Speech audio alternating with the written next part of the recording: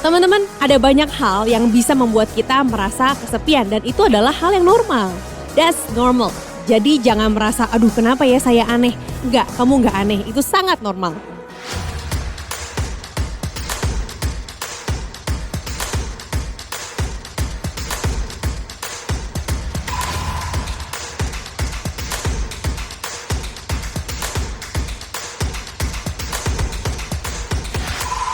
Welcome guys, ketemu lagi nih di ibadah online pelajar Radiance. Seneng banget deh bisa ketemu kalian lagi. Gimana seminggu ini? Ada hal positif apa yang baru kalian coba? Atau hal positif apa yang masih konsisten kalian lakuin nih? Semangat terus ya jalanin hari kalian dengan terus bergantung sama Tuhan. Oh iya, bentar lagi Valentine nih. Rencananya mau ngasih coklat ke siapa nih guys? Ingat ya, Valentine itu simbol kasih sayang. Artinya bukan cuma buat ke pacar atau gebetan doang, tapi buat orang-orang yang kamu sayang juga. Bisa ke orang tua, saudara, atau sahabat kalian. Yuk pakai momen Valentine ini untuk nunjukin rasa sayang kita ke mereka. Oke, sekarang kita mau sama-sama memberikan persembahan nih buat Tuhan. Kalian bisa scan QR code yang ada di layar kalian, atau bisa juga transfer ke nomor rekening yang ada. Selamat memberi. Alright, sekarang kita fokus dulu yuk buat beribadah. Enjoy the service guys. Apa kabar semuanya? Mari sama kita nyanyikan dengan semangat. Come on.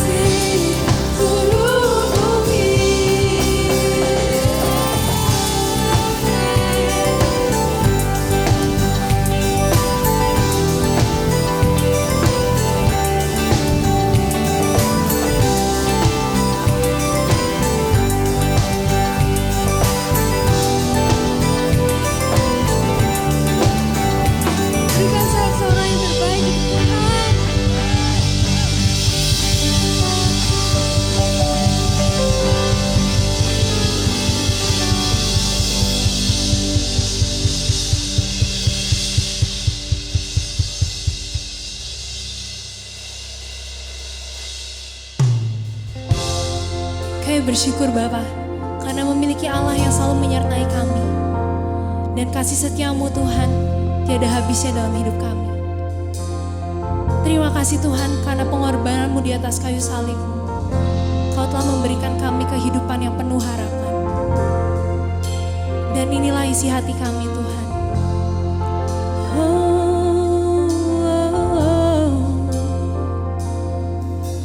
Hanya Kau Tuhan di hidupku. Kau berikan hidup yang baru. Darahmu menyucikan, pulihkan hatiku. Ku nyatakan Kaulah segalanya. Engkaulah sumber pengharapan. Kuasa-Mu sanggup menyembuhkan. Jiwaku pun berserah hanya kepadamu.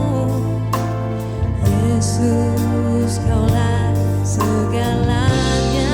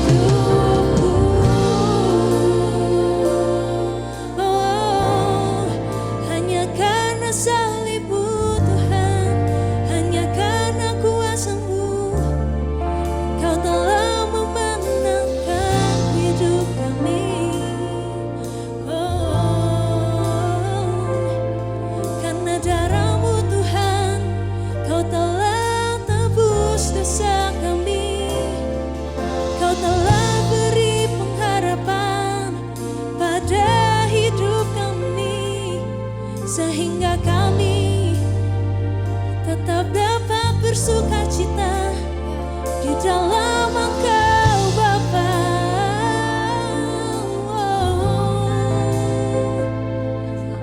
Mari teman-teman sama-sama kita sembah Tuhan. Mari sama-sama kita tinggikan Dia.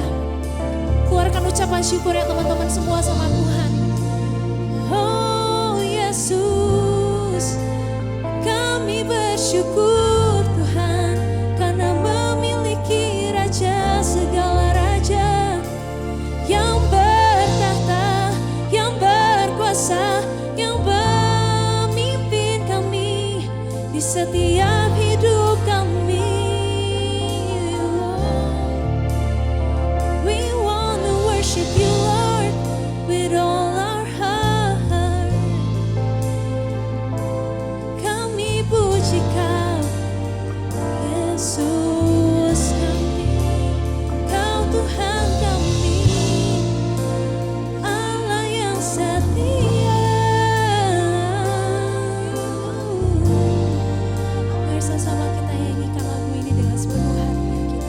Karena salibmu ku hidup, karena salibmu ku menang. Engkau yang berkuasa, sanggup untuk melakukan mujizat-Mu di hidupku.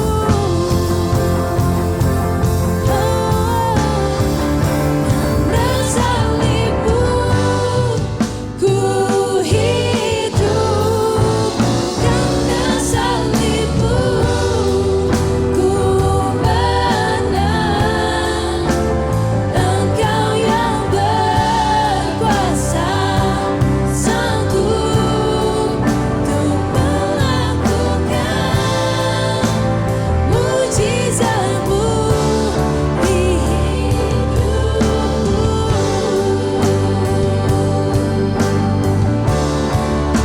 Karena salibmu ku hidup, karena salibmu ku menang. Engkau yang berkuasa, sanggup untuk melakukan mujizat-Mu, untuk melakukan mujizat-Mu di hidupku. Hanya Kau yang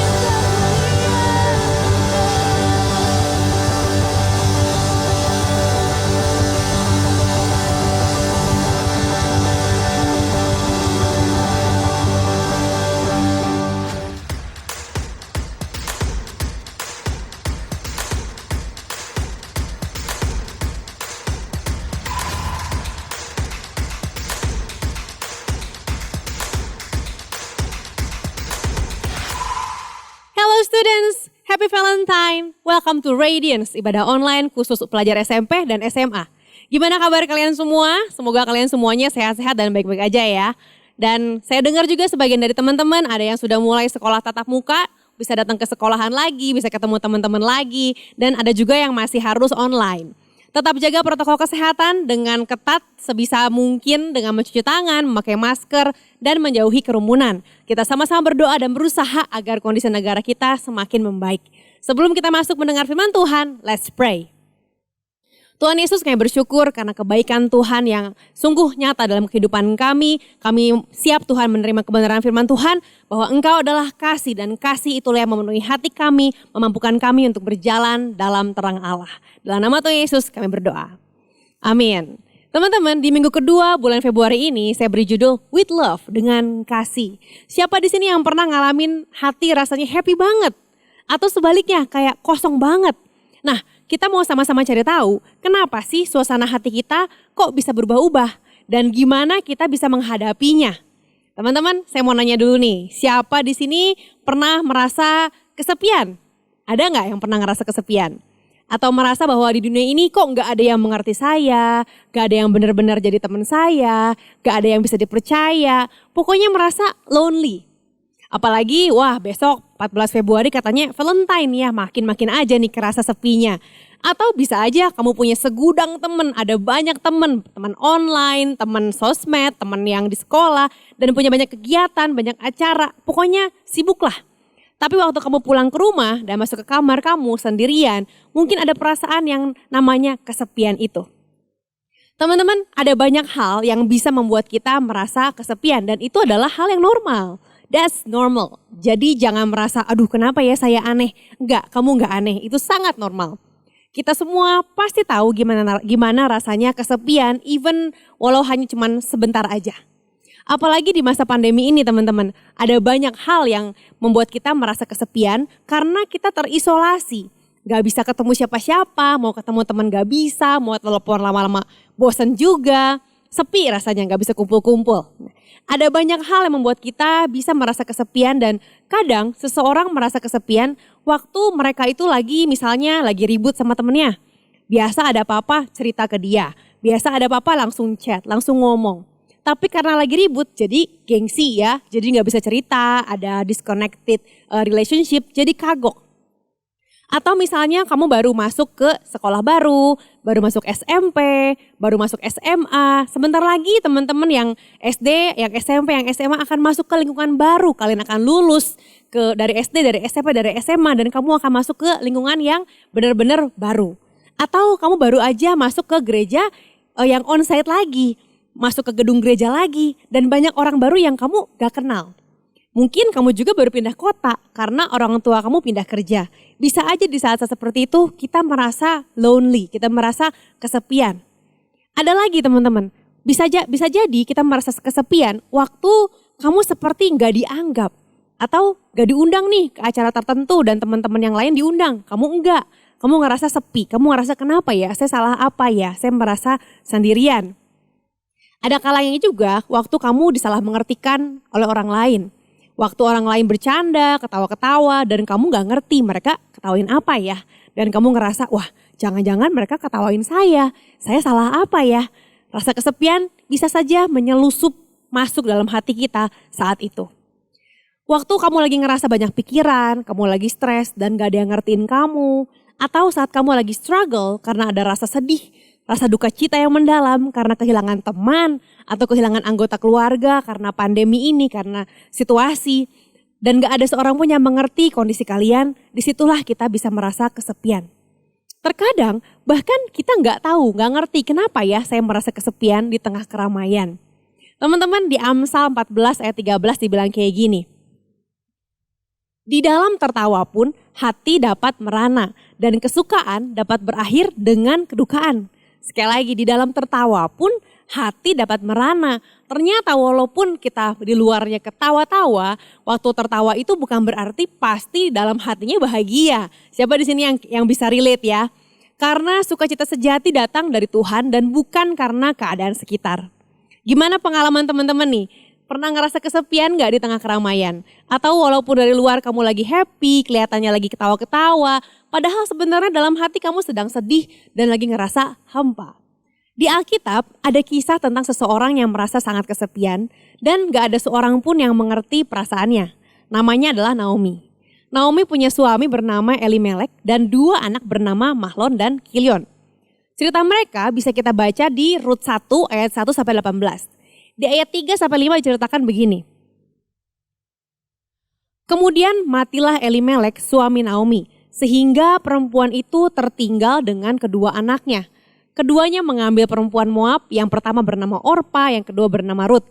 Dan mereka diam di situ kira-kira 10 tahun lamanya. Lalu matilah juga keduanya, yaitu Mahlon dan Kilion. Sehingga perempuan itu kehilangan kedua anaknya dan suaminya. Saat itu Naomi hidup di negeri orang, lagi merantau, dan ia kehilangan suami juga kedua anaknya. Dia mengalami duka cita yang sangat dalam, yang tidak bisa dipahami, tidak bisa dimengerti oleh siapapun di situ. Mungkin orang bisa bilang, aduh saya ikut bersedih. Tapi dia tahu bahwa orang-orang di situ tidak sungguh-sungguh mengalami kesedihan seperti yang dia alami. Lalu Naomi berpikir, saya mau balik aja ke tanah kelahiran saya. Dia berpikir untuk kembali ke Bethlehem. Dia pun menyuruh kedua menantunya untuk pulang ke tempat asal mereka masing-masing. Di ayat 8 dikatakan begini, berkatalah Naomi kepada kedua menantunya itu, pergilah, pulanglah masing-masing ke rumah ibunya. Tuhan kiranya menunjukkan kasih-Nya kepadamu seperti yang kamu tunjukkan kepada orang-orang yang telah mati itu dan kepadaku. Tetapi kedua menantunya itu, Orpa dan Rut itu, mereka bilang mereka ingin mengikuti Naomi karena mereka tahu bahwa Naomi kesendirian banget, kesepian. Di ayat 10 dikatakan begini. Dan berkata kepadanya, maksudnya Rut dan Orpa berkata kepada Naomi, tidak, kami ikut dengan engkau pulang kepada bangsamu. Tetapi karena Naomi memaksa agar mereka pergi, maka Orpa akhirnya menyerah. Okelah saya pulang aja, kata Orpa. Tetapi Rut tetap tidak mau meninggalkan Naomi. Di ayat 14 dikatakan begini, menangis pula mereka dengan suara keras. Lalu Orpa mencium mertuanya itu minta diri. Artinya dia pamit untuk pulang kembali ke tanah kelahirannya. Tetapi Rut tetap berpaut kepadanya. Rut memaksa bahwa dia tetap mau bareng sama Naomi. Pada zaman itu, perempuan belum sebebas dan semandiri hari ini teman-teman. Dulu mereka membutuhkan laki-laki untuk bisa bertahan hidup. Jadi saat itu Naomi bukan cuma sedih, bukan cuma merasa kehilangan suami karena suami dan anak-anaknya sudah meninggal, tetapi dia juga merasa kesepian, tidak berdaya, powerless. Dan seperti seolah-olah Tuhan meninggalkan dia. Saat itu Rut memutuskan untuk menemani Naomi yang lagi benar-benar sendirian dan stres dan merasa pokoknya kayak udah gak ada orang lagi yang mengerti dirinya. Rut mengikuti Naomi kembali ke Bethlehem dan akhirnya ada happy ending. Di sini Rut bertemu dengan Boaz yang akhirnya menjadi suaminya, lalu mereka punya anak bernama Obed yang nantinya ke depannya bergenerasi-generasi selanjutnya akan menjadi nenek moyang dari Tuhan kita, Yesus. Keputusan yang diambil oleh Rut ini adalah keputusan yang sangat sulit. Tapi itu adalah keputusan yang dia buat karena kasih. Made with love teman-teman. Dasar keputusan dari Rut itu bukan karena dia takut atau dia khawatir, tapi dia memutuskan untuk ikut Naomi karena kasih. Dia melihat Naomi kesepian dan dia tidak mau meninggalkan Naomi sendirian. Di Yohanes 14 ayat 15 sampai 16 teman-teman dikatakan gini. Jikalau kamu mengasihi aku, kamu akan menuruti segala perintahku. Aku akan minta kepada Bapa dan ia akan memberikan kepadamu seorang penolong yang lain supaya ia menyertai kamu selama-lamanya. Tuhan Yesus juga sama. Dia tidak mau melihat kita kesepian dan sendirian. Begitu dia tahu bahwa dia akan pergi ke surga, waktu dia tahu dia akan mati, dia akan disalib, dan dia akan pergi ke surga, dia bilang, tenang murid-muridku, aku akan memberikan kepadamu seorang penolong yang lain.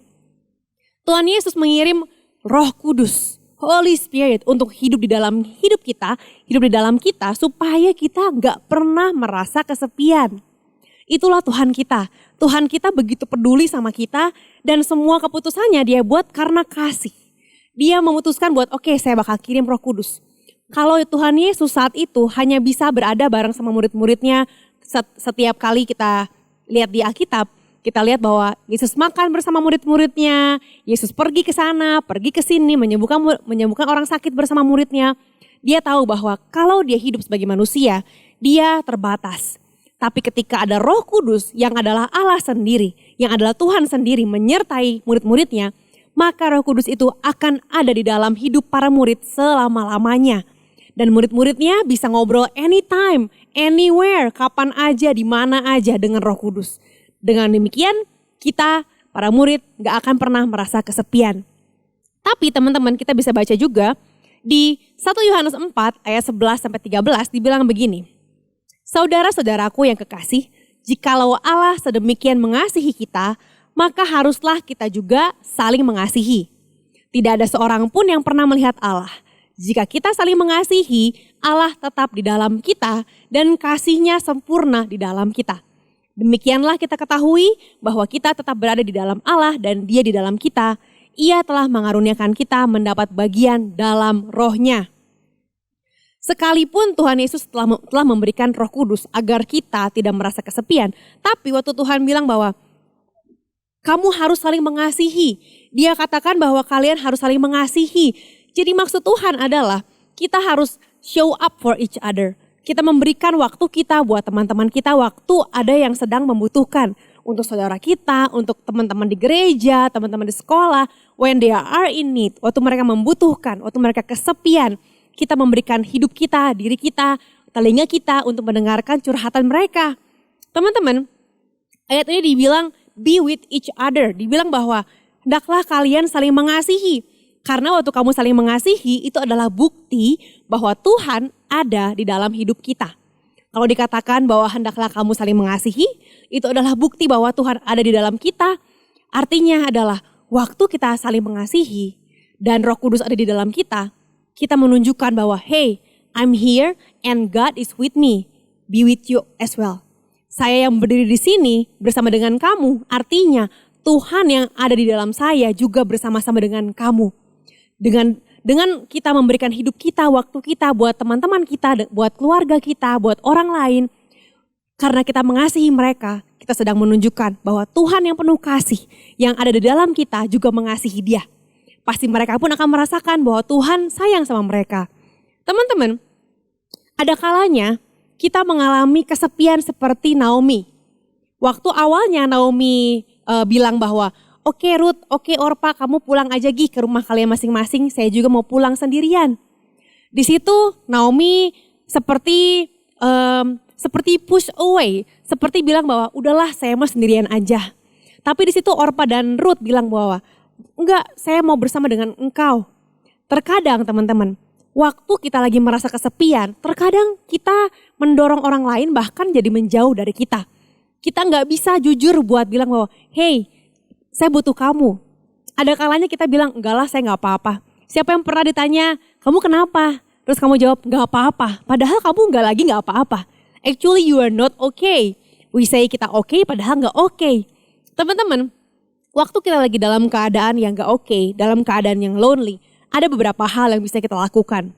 Yang pertama adalah cari Tuhan. Jangan pernah kita mencari manusia terlebih dahulu. Walaupun Tuhan create us to be for each other. Tapi Tuhan inginkan agar kita mencari Tuhan terlebih dahulu. Karena Tuhan tidak pernah membiarkan kamu sendirian. Tuhan bilang bahwa aku sekali-kali tidak akan pernah membiarkan engkau. Aku sekali-kali tidak akan pernah meninggalkan engkau. Jadi Tuhan gak pernah meninggalkan kamu dan Tuhan tidak pernah membiarkan kamu. Sekalipun keadaan gak lagi baik, sekalipun keadaan gak indah seperti yang Naomi alami, seperti yang Ruth dan Orpa alami, tapi Tuhan tidak pernah membiarkan dan meninggalkan kamu. Jadi yang pertama, cari Tuhan, reach out to God. Cari Tuhan, pasti dia akan membiarkan dirinya ditemui oleh kamu. Yang kedua, kalau kamu lagi merasa seperti Naomi, lagi merasa seperti tidak ada yang sayang sama kamu merasa frustasi, teman-teman jangan menghindar dari orang-orang yang sayang sama kamu. Don't push anyone. Seperti Naomi yang bilang ke Ruth dan Orpa, gak usah temenin saya. Mungkin kita bilang gak usah, saya gak butuh ditemani. Tapi teman-teman, when you need someone, kamu katakan dengan rendah hati bahwa iya, saya lagi butuh pertolongan. Tolong doakan saya. Saya butuh teman buat ngobrol. Ada waktu gak buat ngobrol? Rendah hati itu akan berbuah sesuatu yang baik teman-teman. Dan karena Tuhan menciptakan kita untuk berelasi dengan yang lain, maka kita perlu untuk mengatakan tentang kondisi kita dengan jujur dan seadanya kepada orang yang tentu mengasihi kita ya. Pasti di situ bakal ada Ruth yang lain, waktu kamu seperti Naomi yang merasa sendirian, akan ada orang-orang yang peduli sama kamu dan waktu mereka mengatakan bahwa, hey, kamu gak apa-apa, apa kabar? Di situ katakan, I'm not okay actually, saya sebenarnya gak lagi okay, boleh gak kamu doakan saya? Di situ akan ada pemulihan, karena di mana ada kerendahan hati, di situ ada hadirat Allah yang tercurah. Ada dua hal itu teman-teman. Yang pertama, kamu jangan sampai mencari manusia terlebih dahulu, tapi cari Tuhan. Yang kedua adalah buka dirimu, izinkan orang lain mendoakan kalian. Nah, waktu kalian mengalami justru seperti Ruth, kalau kalian ada di dalam kondisi seperti Ruth yang melihat bahwa wah teman saya ini kayaknya lagi dalam keadaan yang susah. Teman saya ini lagi susah. Teman-teman ada 2 hal yang bisa kita lakukan. Yang pertama kita bisa untuk datangin dia dan tanya duluan. Jadi yang pertama adalah maju terlebih dahulu. Mengambil langkah terlebih dahulu. Make the first step. Jangan tunggu dia datang sama kamu. Kadang-kadang kita juga mikir, dia juga gak nanya-nanya, dia juga gak bilang mau cerita, kenapa saya harus mulai duluan. Terkadang waktu orang lagi dalam keadaan yang frustasi, dalam keadaan yang sangat tertekan, dia gak punya kekuatan untuk bilang, tolongin saya. Tapi justru dia butuh seseorang, sama seperti tadi Ruth yang datang ke Naomi bilang, saya mau bersama dengan engkau. Walaupun kamu bilang saya untuk pergi, tapi saya gak akan meninggalkan engkau. Ada kalanya orang-orang tersebut butuh fakta bahwa kita tidak akan meninggalkan dia. Teman-teman, yang kedua adalah berani ambil resiko. Jadi yang pertama membuat langkah pertama, yang kedua adalah berani ambil resiko. Kadang-kadang juga waktu kita mau menolong seseorang, ada resikonya. Kita mungkin kehilangan waktu. Karena tadinya saya mau jalan-jalan nih, tadinya ini waktu tidur, ini tadinya waktu untuk saya main sama yang lain. Tapi karena kita mau menolong seseorang, waktu kita berikan kepada orang yang sedang membutuhkan. Ada pengorbanan waktu, ada pengorbanan kenyamanan. Mungkin kita jadi gak nyaman. Saya kira masalah yang seperti ini hanya dalam cerita. Ternyata ini sungguhan. Di masa pandemi seperti ini ada banyak hal yang kita gak tahu dan hal itu terjadi sungguh-sungguh. Mungkin itu terjadi dalam kehidupan teman-teman kalian atau mungkin dalam kehidupan kalian sendiri. Teman-teman, you are not alone. Ambil langkah untuk mendengarkan cerita teman-teman kamu dan yang kedua beranilah untuk mengambil resiko. Resiko untuk memberikan waktu lebih, resiko untuk memberikan kenyamanan kalian untuk teman-teman kalian ini dan juga mungkin rencana kalian, your plans agak berantakan sedikit, but it's okay. It's worth it karena kita menolong seseorang. Maka semua hal yang kita berikan, hal yang kita korbankan, itu akan berbuah hasil yang manis. Waktu kamu mengambil keputusan buat, saya mau mengambil resiko, saya mau mengambil keputusan untuk menolong orang lain, untuk menemani mereka, karena saya mengasihi orang-orang yang ada di sekitar saya. Teman-teman, waktu kamu memutuskan buat, saya mau ngambil resiko, ada beberapa hal yang bisa kamu lakukan. Yang pertama adalah look around, lihat ke sekelilingmu. Apakah ada orang-orang yang biasanya muncul, kali ini gak muncul. Yang biasanya cerewet, sekarang jadi pendiam. Yang biasanya dia hadir di ibadah, di gereja, atau di online cell group, di online class. Kali ini kok dia mulai gak kelihatan.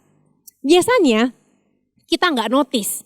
Karena kita juga sibuk sama urusan kita sendiri. Bener kan teman-teman ya? Saya aja udah sibuk, gimana saya mau merhatiin yang lain. Saya aja udah punya masalah, apalagi saya mau bantuin yang lain. Tapi Tuhan ingin agar kita saling mengasihi. Saling mengasihi dan memberikan waktu kita, perhatian kita. Bukan hanya untuk kepentingan kita, tapi juga untuk kepentingan orang lain. Nah waktu kita ngelihat sekeliling, look around, pasti kita akan menemukan si ini kemana. Karena biasanya orang yang ada problem, dia justru akan pelan-pelan menghilang. Dia akan pelan-pelan tenggelam. Karena dia juga sedang merasa bahwa saya udah gak bisa lagi, gak sanggup lagi menghadapi apa yang saya harus kerjakan hari ini. Nah yang kedua adalah setelah kita look around, yang kedua adalah reach out. Kita datangi mereka. Datangi bukan berarti kamu datangin rumahnya gedor-gedor, bukan ya. Tapi kita bisa chat dia, kita bisa mulai balas DM-an sama dia. Coba kita bisa mulai kontak-kontakan lagi lewat line, lewat WA, lewat apapun yang bisa kita lakukan teman-teman. Kita bisa ajak dia lagi, ada waktu kosong gak hari Minggu? Yuk kita ibadah. Atau yuk ini ada link ibadah nih buat kamu. Atau yuk join online small group. Kita bisa lakukan apapun yang di batas kita bisa teman-teman. Atau kita bisa simply kirimin makanan, kirimin minuman ringan supaya dia ngerasa ada yang encourage dia, ada yang hibur dia.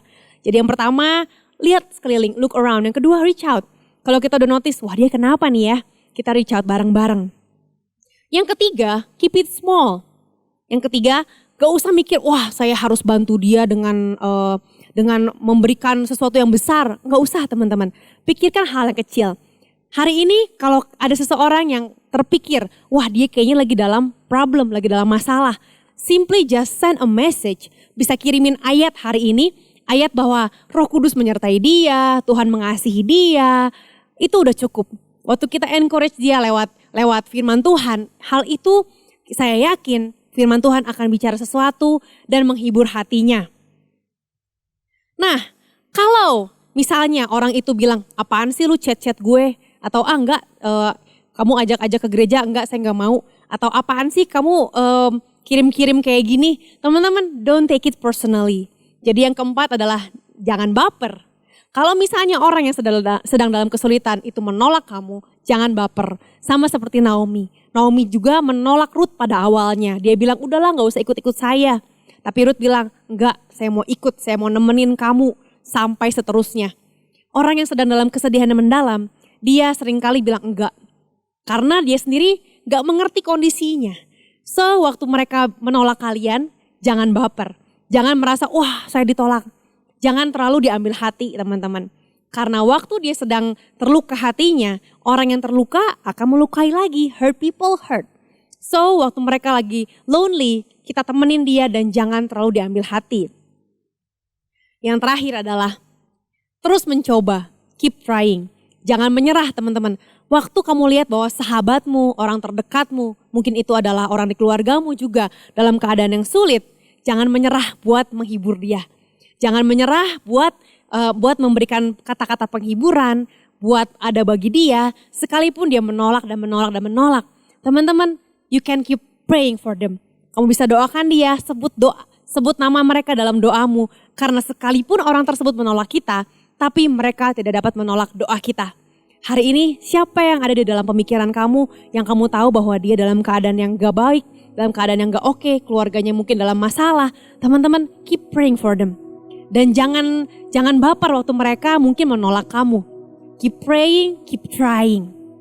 Hari ini saya mau ajak kalian untuk berdoa dan sama-sama kita datang sama Tuhan. Kalau kamu hari ini adalah orang yang sedang posisinya seperti Naomi, kamu lagi kesepian, kamu lagi sendirian, kamu sedang butuh seseorang, tapi kamu gak tahu mau mencari siapa. I want to suggest you, saya mau kasih tahu kamu bahwa Tuhan Yesus ada buat kamu saat ini. Saya mau ajak kamu untuk menerima Tuhan Yesus sebagai Tuhan dan Juru Selamat agar kamu tidak merasa kesepian lagi. Mari kita berdoa. Tuhan Yesus, saat ini Engkau melihat setiap teman-teman yang sedang dalam kondisi yang kesepian, yang sedang dalam kondisi yang frustasi dan depresi dan tidak punya seseorang pun yang menolong mereka.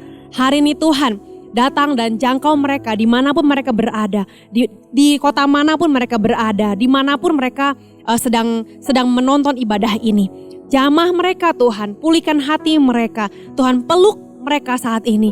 Dan ada satu sukacita yang ilahi, ada divine happiness, ada damai yang sejati itu Tuhan yang menjangkau ke kedalaman hati mereka, yang gak bisa dijangkau oleh seorang manusia pun. Saat ini Tuhan masuk ke dalam hati mereka, jadilah Tuhan dan Juru Selamat secara pribadi, selamatkan hidup mereka sehingga mereka tidak akan pernah kesepian lagi karena Tuhan ada dalam hati mereka. Terima kasih Tuhan di dalam nama Tuhan Yesus. Dan saat ini teman-teman, kalau kamu dalam posisi seperti seorang Ruth yang mau menolong orang lain yang sedang dalam kondisi yang kesepian. Kalau kamu sungguh ingin dipakai Tuhan untuk menolong orang-orang yang ada di sekitar kamu. Kamu gak bisa berjuang sendirian. Kamu gak bisa berdiri sendirian. Kamu harus meminta Roh Kudus membantu kamu dan mencari teman-teman yang sama-sama ingin menolong sesama. Saat ini, if you really want to help others, kalau kamu pengen ada bagi orang-orang yang membutuhkan, saya mau ajak kalian berdoa dan menerima Roh Kudus dalam hidup kalian. Tuhan Yesus, saat ini kami mau menerima Roh Kudus ada dalam hidup setiap kami, penuhi setiap kami. Aku berdoa Tuhan, biar Roh Kudus memenuhi hati setiap teman-teman yang sedang menonton ibadah ini. Penuhi mereka dimanapun mereka berada, di kamar mereka, di tempat mereka beribadah. Penuhi mereka dengan kuasa Roh Kudus. Roh Kudus penuhi hati mereka, ada kepenuhan Roh Kudus dalam hidup mereka. Baptis mereka dengan Roh-Mu, agar ketika mereka dipenuhi Roh Kudus, mereka akan melakukan hal-hal besar yang tidak pernah mereka bayangkan sebelumnya. Karena dengan kekuatan Roh Kudus, kami tahu bahwa kami sanggup untuk mengerjakan hal-hal yang besar. Menjadi berkat bagi sekitar kami dan membantu teman-teman kami yang membutuhkan pertolongan.